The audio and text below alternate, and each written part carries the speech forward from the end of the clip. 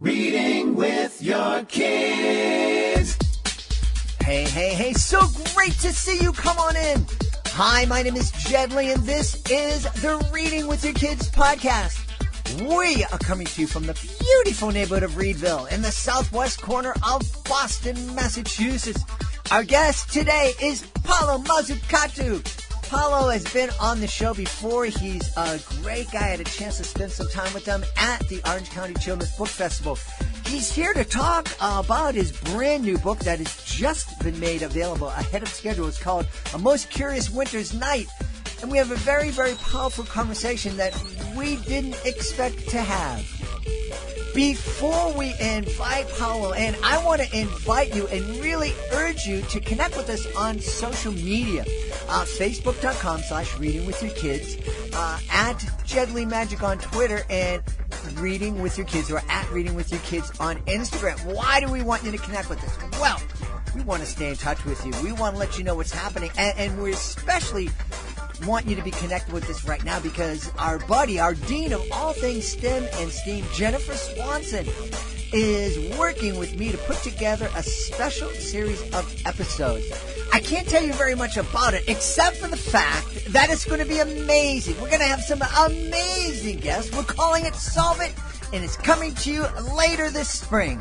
Right now, we're going out to Southern California to talk with my buddy, Paolo Mazzucatu. Paolo, how are you? I'm fine, thank you. It's nice to be here with you again. Great to see you. It's great to be with you online. We had such a great time. We're just reminiscing about the Orange County Children's Book Festival. What an amazing event. Yeah, it was great. I enjoyed it a lot, and seeing all the writers promoting their books, and I think they did a really good job of putting on the show too. And obviously the different stage shows were fun to do, and I think it was a great experience for everyone that I spoke to. Yeah. If you haven't been to a book festival, you really owe it to yourself to get out there and check out. It's a great way. If you're listening to this podcast, you probably love books, and you were probably like me. Back when there were actually bookstores, you probably went into a Barnes & Noble or a Borders and spent hours just looking at books and leafing through books. Well, imagine that kind of blown up to a mega scale where you're out on a sunny day and there's all these booths and there's hundreds of authors and books, and you get a chance not only to look at the covers and the pages of a book, but you get to speak to the authors and see the authors up on stage telling their stories, see the illustrators teach you how to create different illustrations. It's a wonderful family event. And the Orange County Children's Book Festival, it's free. It's a really, really great family event. Yeah, they did a good job. I think but they're doing it again. It's in September, I think, this year. Yep. Now I was going to go to the Los Angeles Book Festival that was supposed to happen in April, but they got postponed. So I think now, if you're planning a trip to California, the Los Angeles Book Festival and the Orange County Orange County Book Festival, Children's Book Festival, will be within a weekend of each other. Ooh. So you could actually come out for one weekend, stay a week and sightsee, and then see the other book festival the next weekend.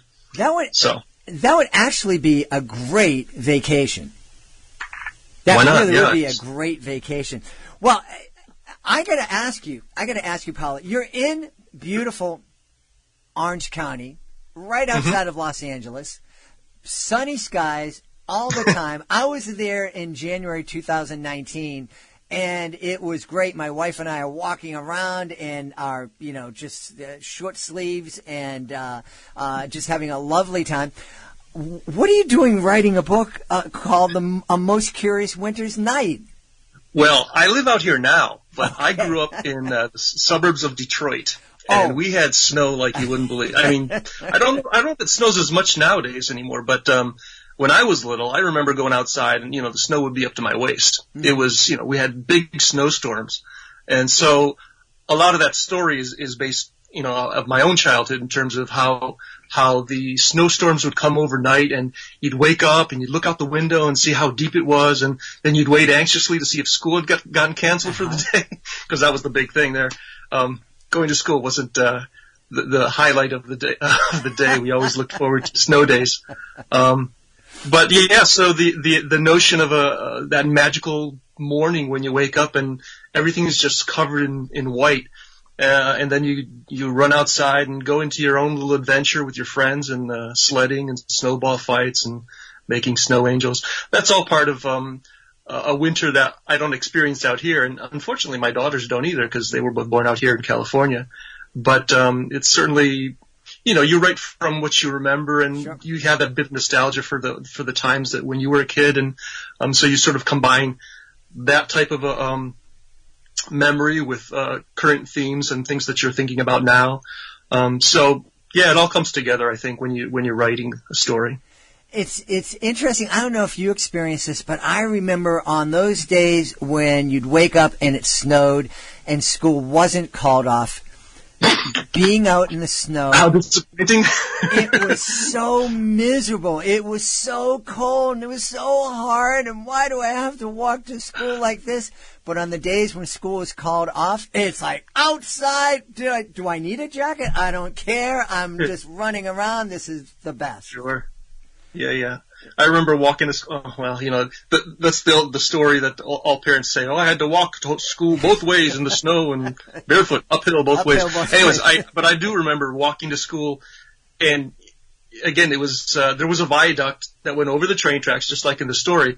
But the cars would be zipping past, and the slush on the street would be slopping over onto the sidewalk. And by the time I got to school, I was iced over. Yes, but it was fun. Yeah. It's fun. It's fun when you're playing, not so much when you're going to school. Right. But, right. You take it. Well, tell us about the story that we'll experience in A Most Curious Winter's Night. Well, again, it starts with that notion that you wake up, you hear the wind whistling, and the story is about a child who has basically moved to a new home in a place where it doesn't snow as much. And the notion that the child has experienced not only loss, but also the loneliness of being in a new place and going to have to start a new school halfway through the year, and that feeling of isolation and loneliness that comes, and the magic that this snowstorm that comes in the middle of the night provides. And so the child runs outside and discovers this snowman that has appeared on the hillside, and of course the magic happens and the snowman comes to life, and they have a wonderful evening together.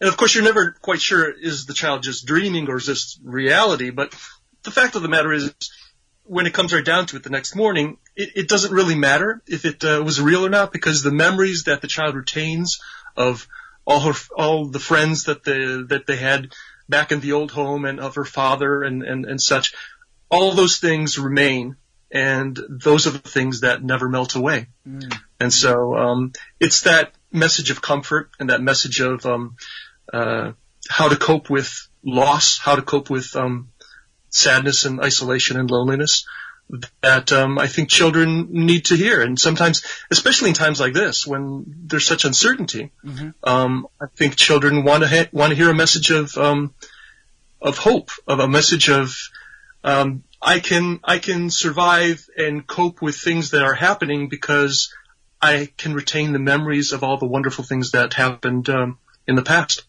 of people I've known, friends I've had, and moments that we've shared. So that's where this came from. Yeah, you're absolutely right. We didn't plan this, as you probably can guess. Guest schedule. Make this schedule to record the interview weeks in advance, and then we record the interview, and then it goes out another few weeks into the future.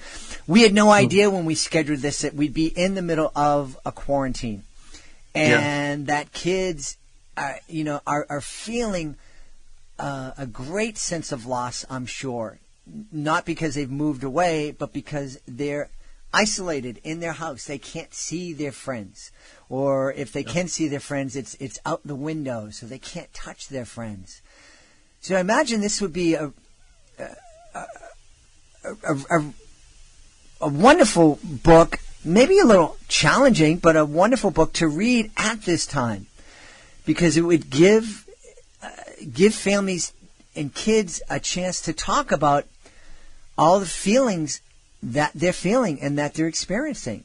I'm sure there's a lot of families out there who are just like, let's not deal with this right now. Let's just try to get through this and we'll not deal with the emotions. But it's important to deal with those emotions and to talk about them and to let kids know it's okay to talk about them. Yeah, I think probably adults are better able to compartmentalize and sort of say, let's not talk about it now. I've got work to do. I've got things to take care of. I got to get the groceries. Whereas children, I think they don't have that ability to sort of, at least, young children, they certainly don't have that ability to say, well, I'm not going to deal with this now. I'm going to deal with something else. It's more of everything comes at them from all sides at once. So they're dealing with issues of uncertainty and fear and loss. Some children have lost people. That they're close to. I'm sure that they're not just in this situation where they might be sick in ICU, but the death of a parent, the death of a grandparent. Those are things that children experience in a different way than an adult does. Mm-hmm. So now I can, in retrospect, I can look back and I can say, well, when I lost my father a couple of years ago, and I can look at that experience and say how it affected me. But I can't imagine how something like that would have affected me when I was a kid. Mm-hmm. If you're a 10-year-old kid and that happens to you, or even, up into your teens, it's going to affect you in a different way. And I think that the children need to have an outlet for expressing their fears and their concerns about these kind of things. And what I'm hoping to do with this story is show them that through the power of imagination and the power of remembering the past and remembering your family and your past friends and stuff. Those are powerful tools that you can use to sort of accept that bad things are going to happen, and sometimes they do, but you can live in the present, but holding on to that past that are, wonderful memories that make you feel the continuity of life. So I thought that was a worthwhile story to tell. Absolutely. As you were speaking, I was thinking imagination can be a really powerful tool to help kids kind of cope with a lot of these difficult feelings and difficult emotions. Absolutely. Yeah. Not just in terms of, I think imagining through, they're reading a good book and, at any level. Again, No One Mocks a Panda and Curious Winter's Night are sort of in that picture book realm. The Gondoliers, which we talked about last year, is more of a, teen or a middle grade fantasy, but they can enjoy another world and put themselves in the place of the characters and experience something, and that's a great outlet. But they can also use their imagination in creating their own stories, and I think children do that every day, anyways, when they're playing, make believe with their friends, and I remember my daughters playing, dinosaurs in the backyard and stuff like that. So I think imagination is a tool that children have to have nurtured. Mm-hmm. And hopefully we don't lose too much of it as we grow older. But I think adults need to use their imagination sometimes too, because otherwise the world can be a dark place. Yeah, yeah. And I know that you're not a psychologist or a doctor or social worker, but you're a dad, and dads have special insight. Moms have special insight. How important do you think it is now for us to help our kids use their imagination to get and to imagine a future where the quarantine is over and we've created a vaccine and we're able to move forward? Well, I'm certainly not a psychologist, so I don't know the benefits to.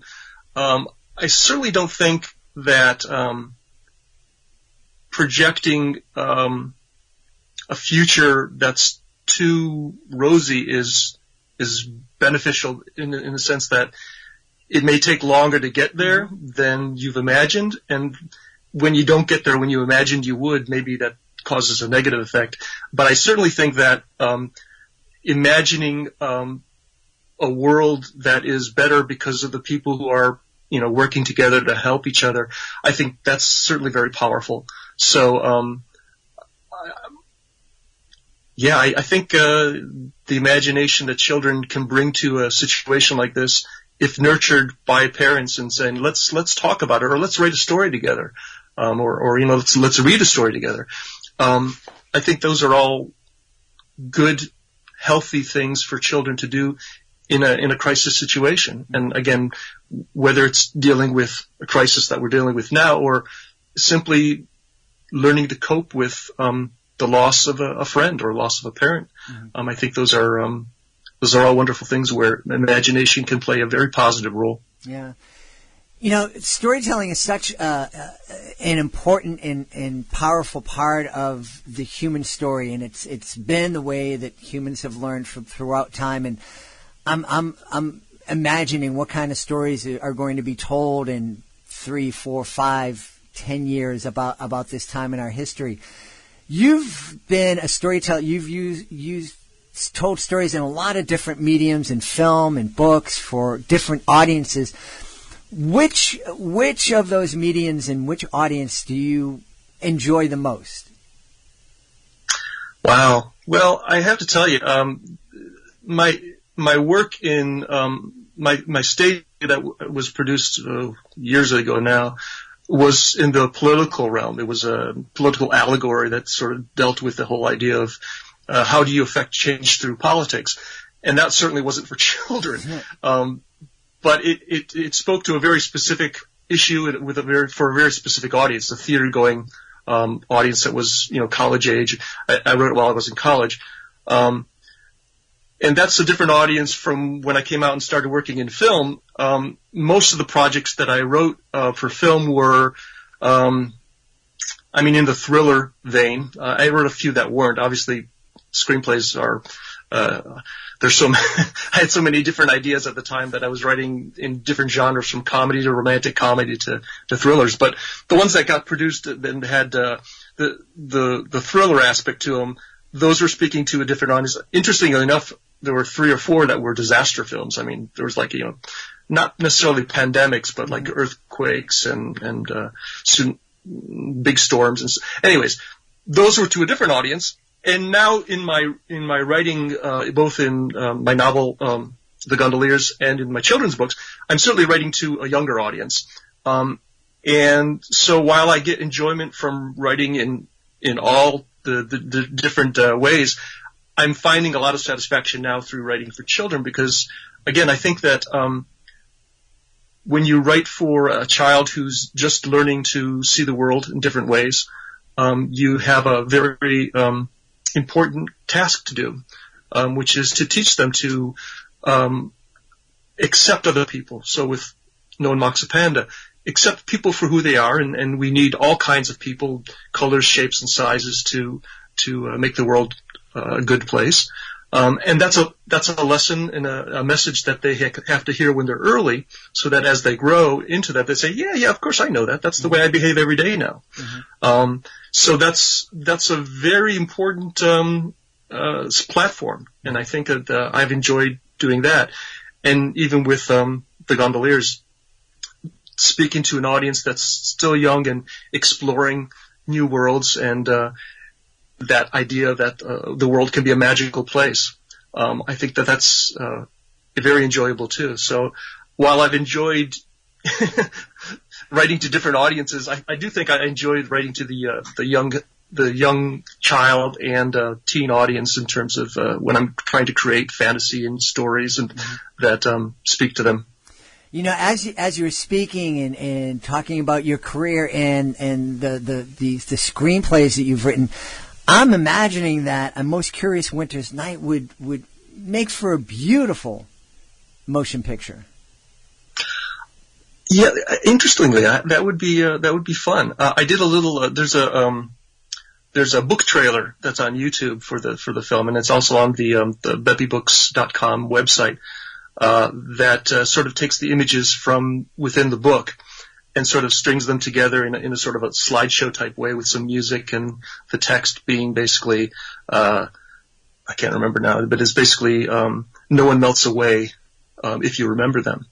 And that sentiment, I think, is certainly a universal sentiment that plays well for a film audience as well, young children. And I think if the story could be, helpful in that different media, I think that would be super. I might have to look into that. Well, I hope I have planted a little seed, and I will look forward to seeing that. I know some authors are very loath to kind of divulge what they're working on right now. Do you have a project that you're nursing along? I'm working on another novel that it's another certainly in the same vein as the Gondoliers in terms of it's that middle grade fantasy, sort of in the Harry Potter realm, but it's in another adventure. It's a boy and his grandfather going on a fabulous, fantastic trip on the high seas. So it's going to be interesting, but I'm enjoying writing that a lot too. It's funny though, because it's like there's some days, especially in this environment, where you wake up and I got other stuff I need to do, and certainly you have to find the motivation, the correct motivation to want to dive into another world. But yesterday, as I'm anticipating talking to you, I just got motivated. So thank you. I had a very good day of writing yesterday, and I think I wrote at least a. So. Well, I will look forward to you coming back, because if I inspired at least a portion of the book, you have to come back to talk to us about it. Oh, I'd love to come back and talk to you when it's done. It's going to be, the children's books, they can happen a little more often because they're shorter. The novel is going to probably take me through the rest of the year, I would think. And then of course there's a year of prepping and all that kind of stuff. So it'll be a while, but, I would love to talk to you more about it. Great. Well, I know you mentioned the website, but just remind everybody again your website where we can go and find out more about A Most Curious Winter's Night and all of your work. Well, my writer's website is www.writer.mazzucatu.org, O-R-G. And that's basically just, a website that has my books, my plays, my films that I've written.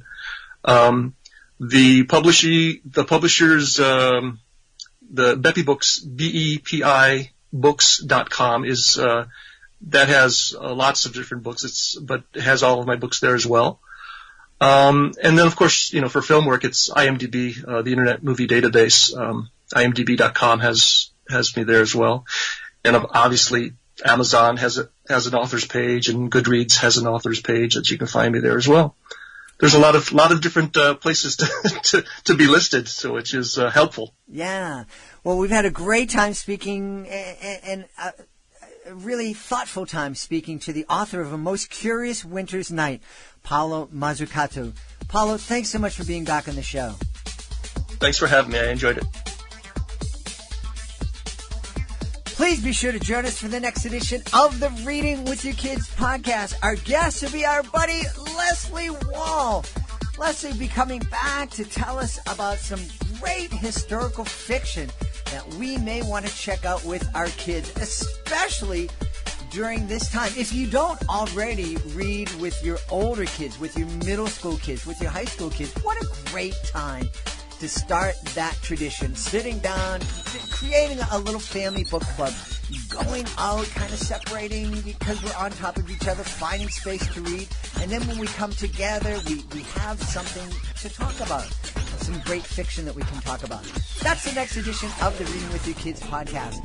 If you are the author of a fantastic children's book, we would love to have you as a guest on the show. Being a guest, it's fun, it's easy, and it gives you the chance to tell thousands of people about your fantastic children's book. All you need to do is go to our website, click on the contact button that you'll find at the bottom of the page, let us know about your great book. We will let you know about the next easy steps. Want to thank the folks who made today's show so very wonderful. Of course, I want to thank my friend Paolo Mazzucatu. I love that one quote that he said, "No one melts away if you remember them." Such a powerful, powerful message. I also want to thank my amazing team. I want to thank my producer, Fatima Khan. I want to thank my awesome author, Ambassador Peggy Cotto. I want to thank my beautiful wife for all the support she gives me. But most of all, I want to thank you. Thank you so much for spending time with us today. And thank you so much for making the world a better place. And you do that every time you wash your kids' hands, every time you teach them a school lesson, and of course, every time you read with your kids. I'll be looking for you in the next edition of the Reading with Your Kids podcast.